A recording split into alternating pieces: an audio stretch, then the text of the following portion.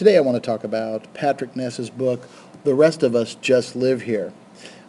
Last year, over Christmas 2014 break, I picked up Patrick Ness's book, More Than This, after I read a New York Times article in which author John Green said it was a beautifully written book that gave him several moments as he read it. So I picked it up. It was really good. It was a story about a teenager who killed himself in the first 5 pages, and then the rest of the story was what happened to him afterwards. Because it was kind of open-ended, was this, purgatory, hell? Was this an afterlife? Was this alternate reality? Was it a dream? Whatever. And then there was some sci-fi elements and some fantasy elements. It was really thought-provoking as to, what is our real being, and what do we do, and where are we, and where do we go? Very thought-provoking book. It was an excellent book. I loved it. I ran into this one, The Rest of Us Just Live Here. Patrick Ness saw it, jumped on it. It was not that overall, thought-provoking book like More Than This was, but it brought up a lot of really good points to be thinking about. The Rest of Us Just Live Here is a story about a group of teenagers in the last few months of high school before graduation, leading up to prom and then to graduation. There's also this kind of sub-story in which the kids are confronting the immortals, this kind of otherworldly beings, maybe kind of vampire-ish-like, but they're from a different dimension or different reality, and they're trying to gain a portal to come into our world. The interesting thing about that was, though, that was like a real subplot. It was running in the background, parallel to this story, and while it was part of the story, it wasn't like the main focus of the story, and so the presentation was really neat. I'll talk about that in just a second. This story was really good because it worked on so many different layers. We know in our own lives that things don't happen in a vacuum, that if you're having a bad day at work, that impacts what happens at home, or when you're talking to people, or it impacts the way you feel physically. There's just so many ways that things are interconnected. In this story, we get to see all kinds of different layers to the main characters. First off, there is this relationship layer. The main character, Mikey, he's in love with Henna. He's been in love with her for a long, long time. But he just can't get the nerve up to talk to her or to express that to her. And because she's in that same friend group, there's that awkward, kind of how do we, deal with each other. And then later on we find out that Henna does have some feelings for Mikey. Just she doesn't know what they are. She doesn't know how to express that. And so, that's a very real world situation, but we get to see that. There's also some sexual identity issues brought up. Mikey's best friend is an athlete, but he's gay. And there is... even though Mikey says that he is heterosexual and likes girls, him and his best friend have messed around and done things before. So you have this, homosexual experimentation. But it's interesting that while his friend is gay and everybody seems to know it, it doesn't mark who he is. It's an interesting concept that, your sexual identity doesn't identify you. That it isn't who and what he is. It's just something that he is. So that was kind of really neat how he was, but it wasn't like the focus of it and people were dealing with it, or it became an issue. It was just who and what he was. I really appreciated that part. I thought that was a nice look at the situation there. There's a great piece about family.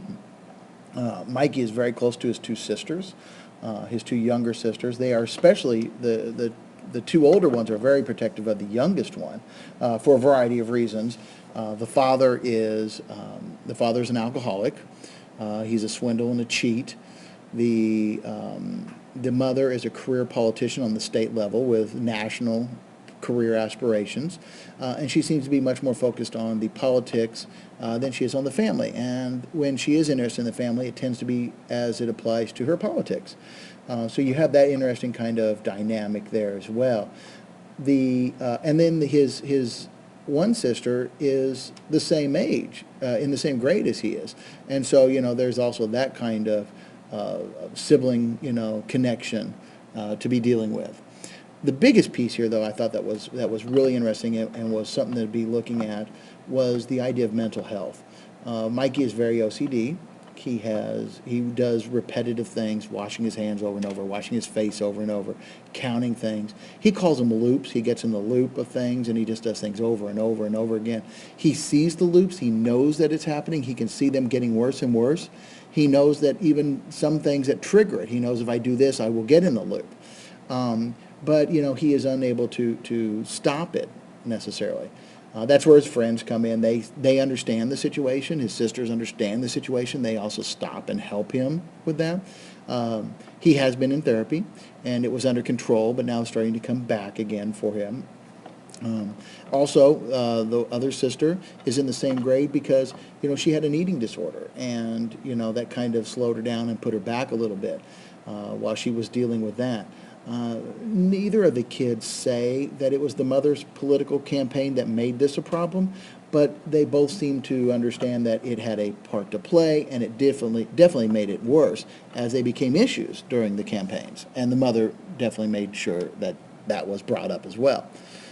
So you have all these kinds of different things going on. And again, you talk about mental health, alcoholism is definitely a mental health issue.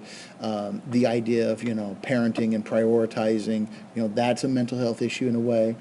Dealing with your sexual identity and relationships with each other, those are mental health issues too. So, it all packages up and it kind of comes together really nicely.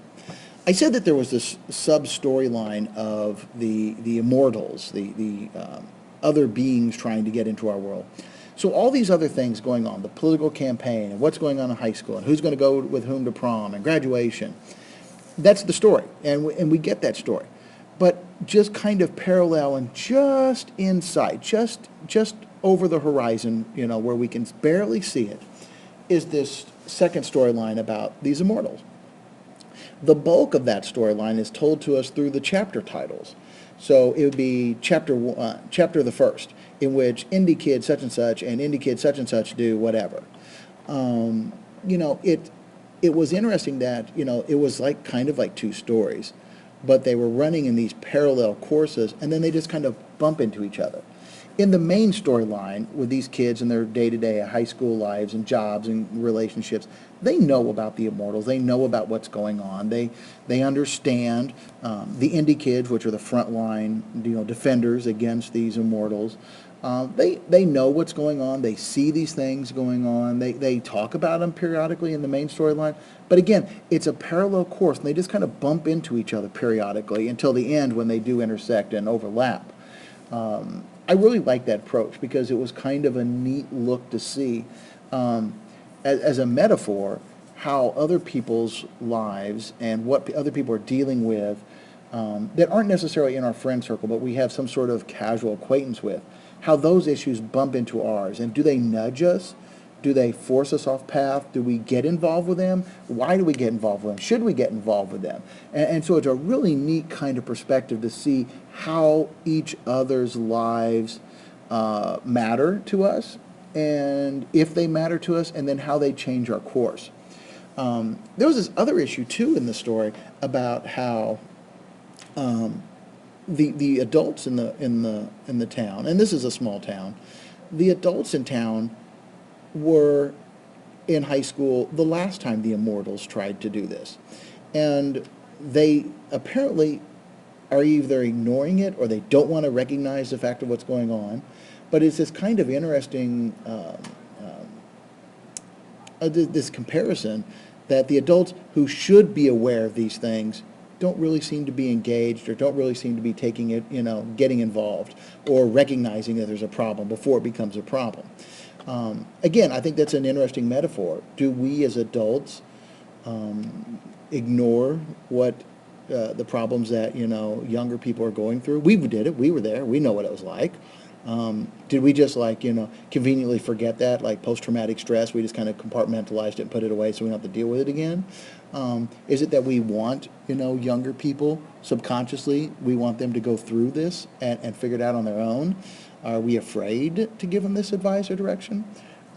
It's kind of an interesting statement about, either one, the parents aren't involved and they should be involved. Look what happens when they're not. And these kids are, forced to handle, horribly massive situations on their own. stopping these immortals from coming into our world.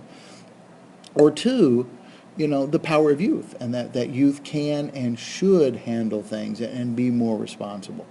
I really enjoyed this book. I thought it was fun to read. It was it was enlightening. It gave you some things to think about. I thought it was incredibly rich. The detail, the way the stories were interwoven, the depth of character development were really good. I just thought it was well done all the way around. Patrick Ness is a very well-known, award-winning young adult author.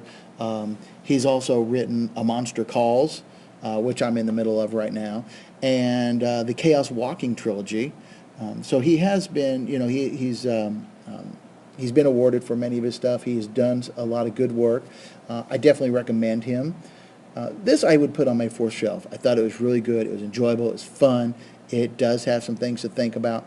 I don't think it moves the needle totally overall. It's not one of those altering books in which it changes your lives or whatever. But it was just a solid book. It was fun and it was good, and I highly recommend it.